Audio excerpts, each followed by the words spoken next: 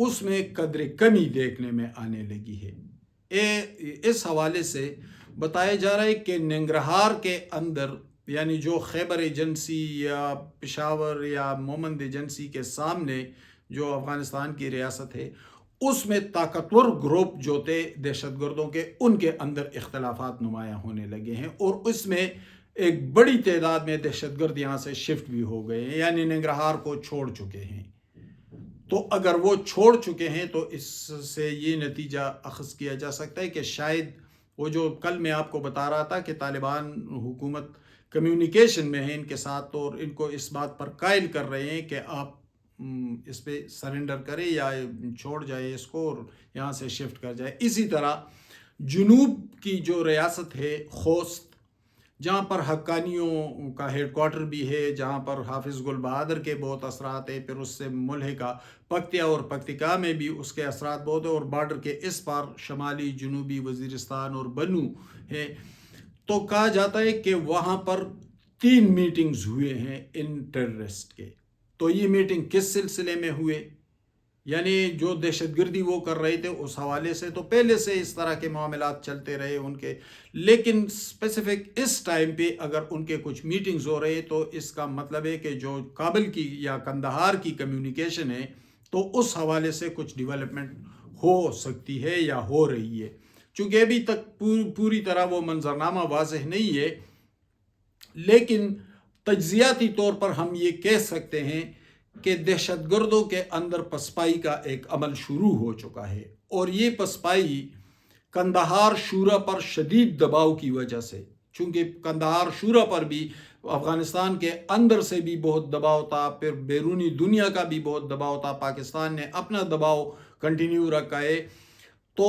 ان کے پاس بھی کوئی راستہ نہیں بچا تھا ان دہشت گردوں کو یہ پیغام دینے میں کہ بھائی ہم آپ کو مزید اون نہیں کر سکتے۔ البتہ وہاں پر اگر کچھ پراکسیز بیٹھے ہوئے ہیں تو شاید ان کو کہیں سے تھپکی مل رہی ہو، لیکن اب اگر افغانستان کی اندرونی حکومت یا طالبان حکومت یا قندھار شورا ان سے ہاتھ ہٹائے تو پھر ان کے لیے سروائیو کرنا مشکل ہو جائے گا۔ بہرحال دیکھتے ہیں کہ اس حوالے سے مزید کیا صورتحال بنتی ہے۔ کچھ بات کریں گے 2-3 دنوں میں پشاور میں، خیبر ایجنسی میں اور کچھ اور علاقوں کے بعض انتہائی باخبر سورسز سے، ذرائع سے میری بات ہوئی، تو ابھی تک کوئی واضح ایویڈنس میرے پاس موجود نہیں ہے، لیکن بتایا جاتا ہے کہ ڈرگ مافیا کے لیے بہت مشکل صورتحال ہے، اتنی مشکل صورتحال شاید پہلے ان کے لیے نہیں تھی، لیکن اس کے باوجود پشاور ایک طرح سے ان کا گڑھ بنا ہوا ہے، پشاور یا ملحقہ علاقہ، اور وہاں پر وہ کچھ ایکٹیویٹیز کرنے کی کوشش کر رہے ہیں، چونکہ بارڈر پر بھی بہت سختی ہو گئی ہے۔ ابھی 2-4 دن پہلے اس حوالے سے بات بھی ہوئی تھی، لیکن وہ کہتے ہیں کہ اگر موجودہ نظام برقرار رہے تو پھر پاکستان معاشی طور پر استحکام کی جانب بڑھے گا، پھر انتظامی طور پر صورتحال قابو میں آ جائے گی، تو پھر ان کے لیے اپنے ایکٹیویٹیز جاری کرنا دن بدن مشکل ہوتا جائے گا۔ اس لیے وہ لوگ، چونکہ وہ ہر جگہ پر ایک خاص طریقے سے انویسٹمنٹ کرتے ہیں، تو کہتے ہیں کہ وہ کچھ اس بیانیے پر بھی انویسٹمنٹ کرنے لگے ہیں جو ریاست مخالف ہے یا جو موجودہ نظام کو گرانے کے لیے کام کر رہے ہیں، اور کہتے ہیں کہ بعض اہم جو صحافت کا لبادہ اوڑھے ہوئے ان تک بھی ان کی رسائی ہو گئی ہے۔ اب ذرا ایک اور منظرنامے کی طرف آئے، بعض چلے ہم صحافی کہہ لیں، صحافی تو ہے نہیں، لیکن آپ دیکھیں کہ وہ ہر اس کام کی، ہر اس فعل کی، ہر اس ایکٹ کی حمایت کریں گے جس سے پی ٹی آئی کا سپورٹ نظر آئے۔ لیکن جہاں پر اس کے چونکہ پی ٹی آئی اس وقت ایک ایسے موڑ پر کھڑی ہے جو ریاست کے ساتھ ٹکرا رہی ہے، یعنی میں کبھی نہیں کہوں گا کہ پی ٹی آئی غدار جماعت ہے، میں اس طرح کا مزاج نہیں رکھتا اور نہ میں یہ کبھی یہ الزام لگاؤں گا، نہ اسے الزام کی حمایت کروں گا، لیکن چونکہ ان کا بیانیہ بالکل ایکسٹریم پہ ہے اور وہ نظام کے ساتھ بھی، حکومت کے ساتھ بھی، اسٹیبلشمنٹ کے ساتھ بھی سب کی مخالف ہے، اور مخالفت صرف اسی لیے ہے کہ عمران خان کو رہا کریں، ان کو پرائم منسٹر ہاؤس پہنچا دیں۔ مخالفت کسی جمہوریت کے لیے، کسی آئین کی بالادستی کے لیے نہیں ہے، کسی کرپشن کے اختتام کے لیے نہیں ہے، کیونکہ گزشتہ 12 سال سے سب سے خوفناک کرپشن، تاریخ کی سب سے بڑی کرپشن تو پی ٹی آئی والے خیبر پختونخوا میں کر گئے ہیں اور ابھی تک ہو رہی ہے۔ تو یہ جھگڑا صرف اقتدار کا ہے، اقتدار کی کشمکش ہے، لیکن چونکہ ان کا نشانہ جو ہے وہ ریاست ہے، تو ہر اس ایکٹ کی حمایت کر رہے ہیں جس سے پی ٹی آئی کے بیانیے کو تقویت ملے۔ یعنی کل میں آپ کو چلے ذاتی بات بھی بتا دوں، کل ایک ٹویٹ کیا تھا ایک کوئی شاعر ہے، اور اس نے کہا ہے کہ میں نے حماد حسن کو نوٹس بھیجا ہے اور یہ ٹاؤٹ ہے، یہ ہے، وہ ہے۔ اسی ٹاؤٹ نے ابھی 3 دن پہلے D G I S P R سے وہ سوال پوچھا تھا کہ اگر منتخب وزیر اعلیٰ، مینڈیٹ رکھنے والے وزیر اعلیٰ کو میٹنگ میں نہیں بلایا تو پھر اس میٹنگ کی اہمیت کیا ہے؟ یہ سوال بھی میں نے پوچھا تھا۔ وہاں پہ عاصمہ شیرازی صاحبہ نے سوال پوچھا کہ اگر فیض حمید کور کمانڈر پشاور تھے اور ہزاروں دہشت گرد داخل ہوئے تھے تو اس حوالے سے کیا ہو رہا ہے، لیکن ان دونوں سوالوں کا ذکر نہیں کریں گے، حالانکہ سوال ہی بنیادی طور پر یہ دو اہم تھے، لیکن ان کا ذکر نہیں کریں گے کیونکہ پھر جو غول جاہلیت ہے، پھر وہاں سے ویوز نہیں ملیں گے۔ لیکن صرف ویوز کی بات نہیں ہے، پس پردہ ایک بہت بڑی انویسٹمنٹ ہے، اربوں روپے کی، اور یہ پھیلاؤ پاکستان سے باہر بھی ہے اور پاکستان کے اندر خصوصاً اسلام آباد میں بھی موجود ہے۔ پس پردہ کچھ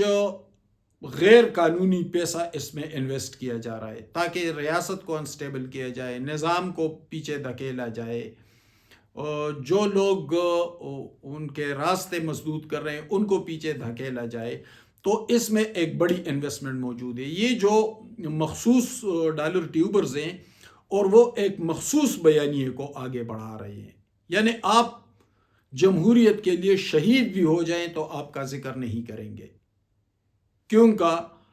ادھر سے اشارہ ہوتا ہے کہ نہیں بھائی، صرف ان لوگوں کی حمایت کرے جو اس نظام کو گرانا چاہتے ہیں، جو اسٹیبلشمنٹ مخالف ہے، جو حکومت مخالف ہے، جو اس بیانیے کو آگے بڑھانے کے ساتھ ہیں، جو بیانیہ مستقبل میں ان کا راستہ صاف کر سکتا ہے، جس بیانیے کو کامیابی کی صورت میں ان کا راستہ صاف ہو سکتا ہے۔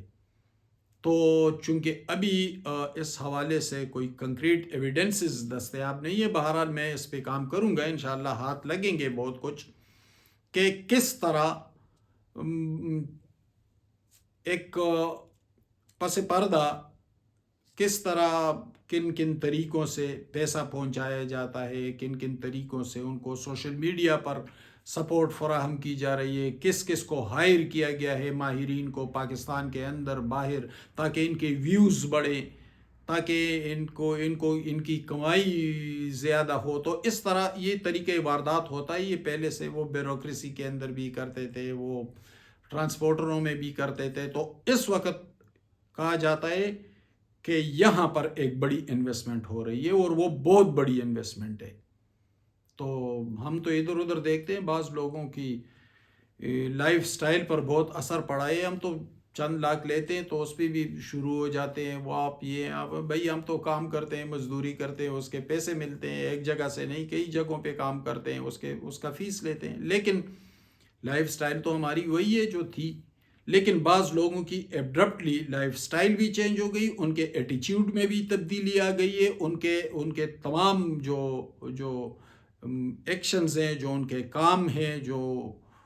ان کی زندگی ہے، طرز زندگی ہے، اس میں کچھ چیزیں نوٹ کی جا رہی ہے۔ تو اس کا مطلب تو کیا لیا جا سکتا ہے. بہرحال اس حوالے سے میں کام کر رہا ہوں، کچھ چیزیں ہاتھ لگیں گی تو پھر اس پر تفصیلی بات بھی کریں گے. کل مجھے ایک ٹویٹ آیا تھا کہ نوٹس بھیجا ہے، تو بھائی بھیجیں. پہلے کون سے ہم نے ایسی صحافت کی کہ کسی سے پیچھے ہٹے؟ بھیجیں نوٹس، اور پھر کورٹ میں جائیں گے، کھڑے ہو جائیں گے وہاں پہ عدالت کے سامنے، بتائیں گے کہ کون جھوٹا ہے، کون ڈرامے باز ہے اور کون سچا ہے. وہ وہاں پہ سب کچھ کھل جائے گا. میں انتظار کر رہا ہوں، مجھے ابھی تک نوٹس ملا نہیں. بہت سے وکیل دوستوں نے اسلام آباد سے بھی، لاہور سے بھی کل سے میرے ساتھ رابطہ کیا کہ وہ نوٹس ہمیں بھیج دیں، لیکن ابھی چونکہ مجھے ملا نہیں ہے. بہرحال میں نے ایک صحافی دوست ہے جو مشترکہ دوست ہیں، ان سے کہا کہ کہیں سے وہ نوٹس لے کے مجھے بھیج دیں. نوٹس واپس بھی کریں گے. ایک دوست نے کہا کہ میں کہتا ہوں کہ نوٹس واپس کریں گے تو بھی میں واپس نہیں ہونے دوں گا. اب میں وہ نوٹس اور وہ تمام چیزیں لے کر خود بھی کورٹ جاؤں گا، کیونکہ اگر ہمیں کہتے ہیں کہ آپٹ آؤٹ ہیں تو ہمیں ثابت کریں گے، اور اگر ہم کوئی بات کر رہے ہیں تو وہ بات بھی ثابت کریں گے. تو دیکھتے ہیں. بہرحال واپسی کا کوئی راستہ نہیں ہے. میں آن ریکارڈ بتا رہا ہوں کہ اگر وہ نوٹس واپس کریں گے تو مجھے یہ قبول نہیں ہے. وہ نوٹس مجھے بھیجنا چاہیے، نہ بھیجا تو پھر میں خود جاؤں گا اور اپنا دفاع کروں گا. بہت شکریہ، میرے ساتھ رہیے.